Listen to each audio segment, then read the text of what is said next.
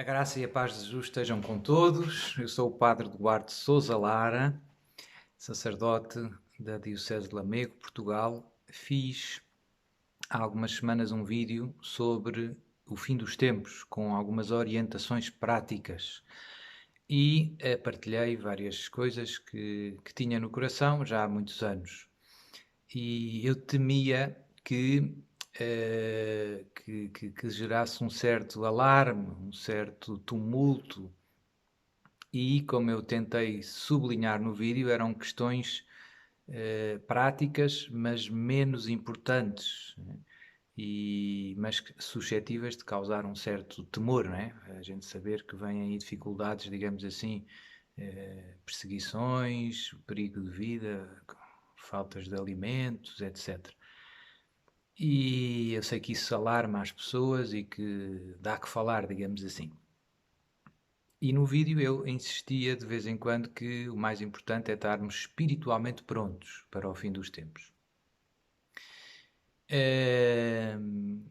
Infelizmente, até amigos meus, digamos assim, de muita caminhada cristã, me deixaram um bocadinho, vamos pôr, desiludido, porque no fundo assisto sempre à mesma dinâmica. Nós, seres humanos, preocupamos-nos muito com a saúde do corpo e pouco com a saúde da alma. No fundo, isto, que não é novo, acabou por me entristecer um pouco, não é? Ou seja, alguns amigos, até, como eu digo, de pessoas de caminhada, falaram comigo aflitos porque não têm galinhas ou porque não têm maneira de sair de Lisboa ou de uma cidade grande. Isso não é muito importante. Não é indiferente, mas não é muito importante. O mais importante é permanecermos espiritualmente na graça de Deus, unidos a Deus.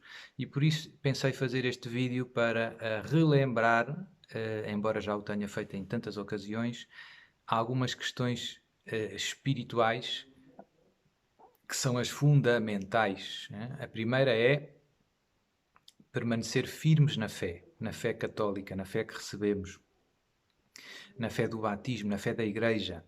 E para isso, eu normalmente convido as pessoas sempre a estudar, pedir a graça, obviamente, rezar a Deus pedindo a graça de permanecer firmes na fé que vem dos apóstolos, na fé da Igreja, na fé em que fomos batizados.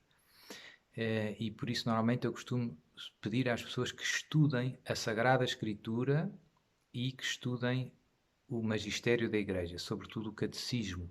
É uma maneira simples de nós conhecermos bem a nossa fé e estarmos preparados para resistir às mentiras que circulam por todo o lado, não é? Contra as heresias, no fundo, que hoje em dia se tornaram quase que normais. Todos os dias ouvimos uma diferente. Para resistir a isso, temos que conhecer bem a nossa fé. A única maneira é dedicarmos tempo a estudar. Estudo. A Sagrada Escritura. Ler a Bíblia. A Sagrada Escritura não serve só para estudar, serve para rezar, para falar com Deus, para meditar, para perceber o que é que Deus me pede. Mas também para estudar. Eu preciso perceber o que é que Deus disse, o que é que Deus não disse. Eu costumo sugerir a Bíblia de Jerusalém, uma tradução feita no Brasil. A Bíblia de Jerusalém originalmente é francesa, foi escrita em francês, feita pela École Biblique de Jerusalém, dos padres dominicanos. É excelente em termos de introduções e notas exegéticas e aparato crítico em geral, é muito útil para o estudo. É uma tradução bastante literal. Não é se calhar, a melhor Bíblia para a oração ou para a pregação, mas para o estudo é a melhor, na minha opinião. Isto é opinável, claramente. Depois, Catecismo da Igreja Católica. E também sugiro, nunca sugeri e penso que vale a pena para o estudo bíblico. Eu gosto muito do comentário da Bíblia de Navarra, a Bíblia de Navarra, publicada pela Universidade de Navarra, é muito extensa, são vários volumes, 20 talvez, e tem amplos comentários. E agora, recentemente, a Universidade de Navarra publicou em espanhol num só volume, todos os comentários e introduções aos livros da Sagrada Escritura. Portanto, não tem o texto da Bíblia, tem só os comentários. Gosto muito porque é patrístico, são comentários patrísticos, magistério, portanto, tem o magistério, tem os padres da Igreja, que são intérpretes privilegiados da tradição apostólica, e também tem alguns autores espirituais muito importantes, doutores da Igreja, etc. São João da Cruz, Santa Teresa, etc. São José Maria Escrivá. E, portanto, é útil seja para a oração, seja para o estudo. Né? O comentário, no fundo, à Bíblia de Navarra. Pode-se encontrar na internet, relativamente fácil, e é barato. Né? Portanto, aqui já estão algumas dicas úteis, também práticas, agora sobre os temas mais importantes. É mais importante eu conhecer a Bíblia e o catecismo do que ter umas galinhas. Eu vejo que algumas pessoas ficaram aflitas e agora querem ter umas galinhas, mas não leem a Bíblia, mas não leem o catecismo. Não lhes vai servir de nada as galinhas, se perderem a fé. Se perderem a fé, vai tudo por água abaixo. E agora o combate é um combate pela fé. Portanto, depois, segunda ponto em que eu insisto muito é rezar, rezar, rezar muito. Começando por a missa diária. Ir à missa e comungar Jesus diariamente. Receber Jesus na comunhão diariamente. A missa é a oração mais forte, nada se iguala à missa, e eu vejo que nós trocamos a missa por outras coisas muito menos importantes. Podíamos ir, por exemplo, agora nas férias. Há gente que tem tempo livre. Durante o tempo do ano do trabalho, eu não posso. Não posso ir à missa. Muitas vezes, às vezes posso. Mas há muita gente que, por causa dos horários de trabalho, de sair cedo de casa, etc., não consegue ir à missa todos os dias. Agora, de férias, é perfeito. Sobretudo, porque é que as pessoas não vão? Porque, no fundo, não querem.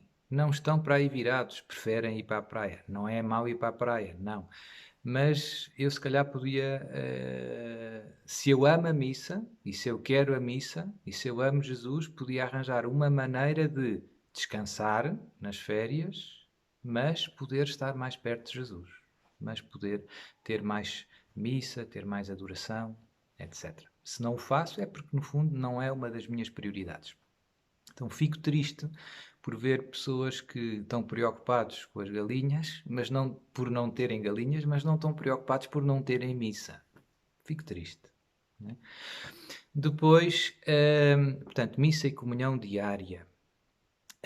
Depois, ligado à missa, a adoração eucarística.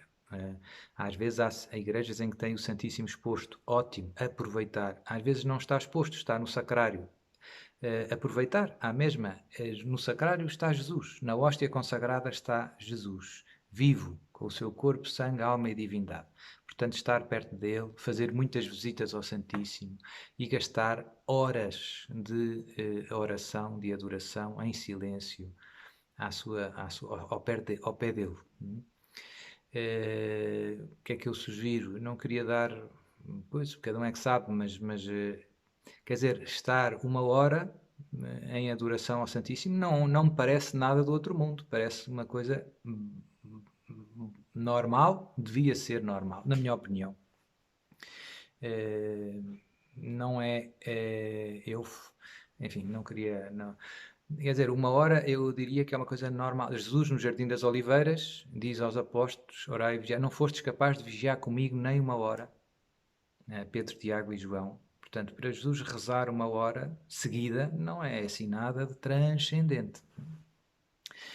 E depois os tempos de adoração podem ser tempos em que levamos a nossa Bíblia, a Sagrada Escritura, e em que também que passamos tempos em silêncio e em que paramos. Neste mundo tornou-se tão difícil fazer silêncio interior e exterior, e tornou-se tão difícil parar da frenesim, do correria do dia-a-dia, que a adoração pode ser muito, muito preciosa. Faz um bem imenso às nossas almas. Estar em adoração na presença de Jesus Eucarístico. Como eu dizia, exposto ou no sacrário.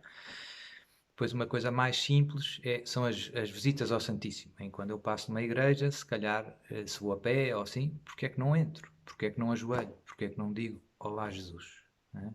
Eu amo-te. E 2 minutos, 3, né? E depois continuo, né? Para ir aos correios, ou ao banco, ou ao talho, ou ao que for, ou ao supermercado. Portanto, Eucaristia, isto devia estar no topo das nossas prioridades. Depois, confissão frequente, né? Para poder comungar com fruto é preciso estar na graça de Deus e a confissão ajuda-nos a isso, a voltar para a graça de Deus, se a perdemos por desgraça, com o pecado mortal, e a crescer na graça de Deus também, a confissão frequente, digamos assim, quando não temos pecados mortais, confessamos, temos as culpas, digamos, os pecados veniais, os pecados mais ligados à nossa fragilidade humana, ao nosso dia-a-dia. Infelizmente, nós pecamos. Como diz a Escritura, o justo peca 7 vezes ao dia. A Igreja recomenda que confessemos com frequência e recomenda também, não obriga, que confessemos os nossos pecados veniais. Estritamente obrigatório é confessar os pecados mortais, o tipo e o número. Os pecados veniais não é obrigatório, mas é recomendado. E quando nós confessamos os pecados, os nossos pecados, sejam eles quais forem, recebemos o perdão e recebemos um remédio para vencê-los, né? Para vencê-los. Ou seja, recebemos a graça de Deus, a ajuda de Deus na nossa luta contra o pecado, que não termina no dia da nossa morte. É uma luta, é uma luta. E, portanto, o sacramento da confissão ajuda-nos a manter viva esta luta, a não desanimar, a não desistir, a não parar de lutar. A confissão aviva em nós a contrição, aviva em nós o fervor, o zelo na busca da santidade. Portanto, confissão frequente. Eu costumo sugerir às pessoas pelo menos uma vez por mês, mas o ideal é todas as semanas, ou de 15 em 15 dias. Depois, temos também ligado ao sacramento da confissão as indulgências. Também já falei várias vezes disto.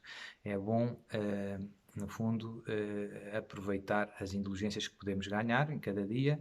Há várias obras que têm indulgência plenária, que são fáceis. Ler, pelo menos, e meditando a Sagrada Escritura meia hora, visitar, adorar o Santíssimo meia hora, rezar o terço em família, os exercícios espirituais de alguns dias, fazer um retiro de 3 ou 4 dias já dá indulgência plenária. Enfim, fazer a via sacra na igreja, onde estão as estações, digamos assim. E tudo isso podemos receber uma indulgência plenária que, em nosso benefício ou podemos aplicá-las em sufrágio das almas do purgatório. Eu habitualmente ofereço sempre, todos os dias, pelas almas do purgatório, cada um fará o que quiser. É mais uma grande ajuda nesta nossa caminhada espiritual, nesta nossa união com Deus, nesta nossa preparação para o fim dos tempos. Em terceiro lugar, eu diria o rosário, né? Portanto, missa, confissão, rosário, né? Rezar o rosário. O terço, Nossa Senhora pede, como sabem, em todos os sítios em que aparece, e agora mais recentemente tem pedido o rosário. O rosário é fundamental, fundamental. É possível rezar o rosário todos os dias? Sim, é. Eu rezei o rosário todos os dias durante muitos anos, antes de ser padre, antes de ser seminarista. É possível, é possível. Torna-se um hábito. Torna-se um hábito. Se calhar não vou ter tempo para jogar tanto computador, ou para ouvir música, ou ver tantos filmes. Vou fazer menos de outras coisas e vou fazer mais. Mas é possível, é possível. Portanto, rosário, se for em família, eu normalmente sugiro pelo menos um terço em família, nas famílias em que todos rezam o rosário, e depois os outros terços, cada um pode ir rezando ao longo do dia. Eu rezo, aproveito o tempo em que vou de carro para a paróquia, rezo um terço ou um bocadinho mais, depende das distâncias, não é? E assim vou rezando ao longo do dia o rosário. Portanto, o rosário, na minha opinião, é muito importante. Depois, a Lectio Divina, que não é bem o estudo da Palavra de Deus, como eu dizia, é um estudo mais para perceber os conteúdos da nossa fé, em que é que acreditamos, né? E o que é mentira. Por exemplo, os erros da nova era. Como é que eu distingo os erros da nova era? Eu tenho que conhecer a revelação. O que é que Deus nos revelou? O que é que a Igreja ensina sobre este ponto? A reencarnação existe ou não? O que é que Deus disse? que é para resistir aos erros que o mundo me propõe. O Reiki é possível ou não é possível para um católico? Estuda, né? Vou ao centro espírita ou não vou ao centro espírita? Estuda. Deus deu essas respostas na Sagrada Escritura. O Magistério falou sobre esses temas. E nós ignoramos, não estudamos e depois ficamos confundidos muito facilmente. Mas o que eu dizia, a Lectio Divina, que, como eu dizia, podemos levar para o Santíssimo, é mais uma leitura orante da Palavra de Deus. Eu pego na Bíblia e no estudo o meu objetivo é aprender o máximo no mínimo de tempo possível. Na meditação, na oração, feita com a ajuda da Sagrada Escritura, o objetivo não é ler o máximo de páginas possível, é meditar, saborear cada passagem e tentar ouvir a voz de Deus. O que é que Deus me quer dizer com esta palavra? O que é que Jesus me está a dizer? O que é que Jesus quer de mim agora? Nestas circunstâncias em que eu me encontro, etc, etc, etc. Normalmente eu medito os textos da missa de cada dia. É uma coisa que muita gente faz. Mas não é obrigatório. Eu posso pegar noutra passagem do Evangelho, etc. Também eu costumo recomendar muito meditar na paixão de Jesus. Porquê? Porque é uma grande escola de caridade, de amor a Deus e ao próximo. Não é? Porque na paixão de Jesus brilhou de uma maneira mais evidente o amor infinito que Jesus tem por cada um de nós. E para isso posso pegar nos Evangelhos, e para isso posso fazer a Via Sacra, e há outras devoções conhecidas, não é? O Preciosíssimo Sangue de Jesus, etc. Há muitas devoções. As horas da paixão, há muitas coisas que nos ajudam a meditar na paixão. São muito frutuosas do ponto de vista espiritual. Enfim, estes meios práticos de alimentar a nossa união com Jesus, a nossa amizade com Jesus, são decisivos e são a parte mais importante da nossa preparação para este fim dos tempos que estamos a começar a viver. O resto é tudo secundário, menos importante. Né? Se eu tiver fé forte, se eu estiver na graça de Deus, se eu rezar, e tiver fechado um apartamento e não tiver galinhas, está tudo bem, está tudo bem, está tudo bem. Jesus está comigo e Jesus vai-me ajudar e vai-me guiar e vai-me defender e eu vou morrer, mais tarde ou mais cedo, e vou para o céu. E é isso que interessa, não é? E se eu tiver galinhas e vacas para ter leite e tangerinas e maçãs e laranjas e perder a fé, é um desastre. É um desastre. É um desastre. Agora, se eu tiver as duas coisas, ainda é melhor. Se eu tiver muito unido a Jesus, tiver adoração 3 horas por dia e via sacra e muita oração e galinhas e pronto, então digamos assim, eu penso que essas são as condições ideais, né, para atravessar estes tempos, a tempestade que se aproxima.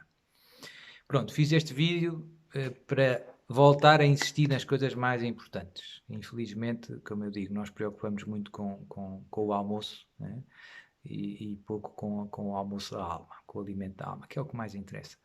E, portanto, fica aqui estas sugestões. Para quem ainda não se confessa muito, começar agora. Para quem não vai à missa todos os dias, começar agora. Para quem não conhece a Bíblia, começar agora. Para quem nunca leu o Catecismo, começar agora.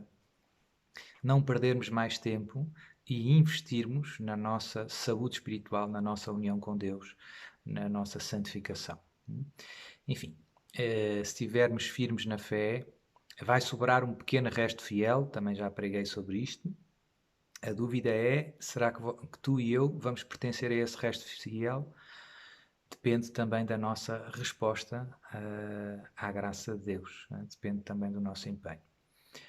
Então, que Deus nos dê a graça de perseverar firmes na fé, fervorosos na fé, ajudarmos aqueles que temos à nossa volta, familiares, amigos, vizinhos, não desanimarmos. Desânimo e a tristeza e o pânico e a ansiedade são sinais de falta de fé. Eu também fico triste por ver pessoas que, supostamente de caminhada cristã, que estão muito aflitas e muito ansiosas. O que é que isso demonstra? Demonstra pouca fé. demonstra pouca fé, no fundo, uma certa imaturidade espiritual. Portanto, resumido e concluindo, não temais os que podem matar o corpo, os que não podem matar o corpo, mas podem matar a alma. Ou seja, não temer o mal físico, mas temer o mal espiritual, o pecado. O pecado é que é o nosso maior inimigo, sempre foi e há de ser, e portanto a nossa luta tem que estar focada. Os males físicos são secundários, não é? Não ter que comer é mau, mas não é o fim do mundo. Não é? Pronto, penso que já passei a ideia, também tinha tentado passar no outro vídeo, mas pelos vistos não consegui muito.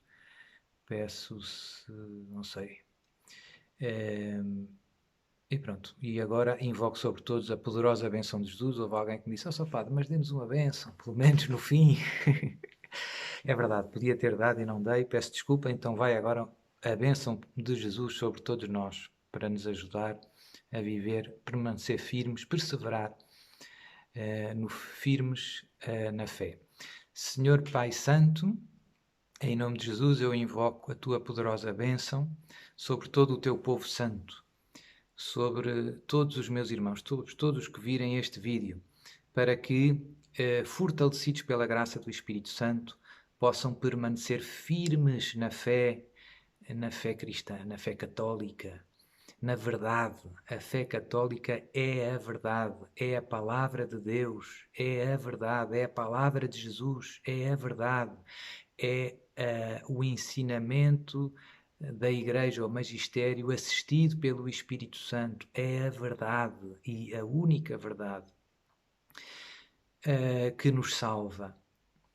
Senhor Pai Santo, ajuda-nos a permanecer na verdade, que é Cristo. Eu sou o caminho, a verdade e a vida. Ajuda-nos nestes tempos de confusão a não nos deixarmos confundir, abençoa o nosso estudo da Tua Palavra, do Magistério da Igreja, sobretudo ajuda-nos a reorientar as nossas prioridades e a investir na nossa vida espiritual. Ajuda-nos a dedicar mais tempo à missa, à adoração ao Santíssimo, às visitas ao Santíssimo, a confessarmos com mais frequência, a começar a rezar o rosário todos os dias, a meditar na paixão do teu Filho Jesus Cristo e às obras de caridade, às obras de misericórdia, não perder mais tempo a fazer bem a todos aqueles que podemos, todos aqueles que passam na nossa vida, começar pelos nossos mais próximos, os nossos vizinhos, familiares, amigos, ajudá-los naquilo que eles mais precisarem. No fundo, a comprometermos verdadeiramente com uma vida santa, Senhor. Queremos ser santos com a Tua graça, queremos responder ao chamamento que Tu fizeste desde toda a eternidade, sermos santos e imaculados em Cristo Jesus. Mas para isso precisamos da Tua poderosa bênção, precisamos da graça do Espírito Santo, que em Teu nome, em nome de Jesus, eu invoco e derramo sobre todos vós, em nome do Pai, e do Filho, e do Espírito Santo. Amém. E viva Cristo Rei!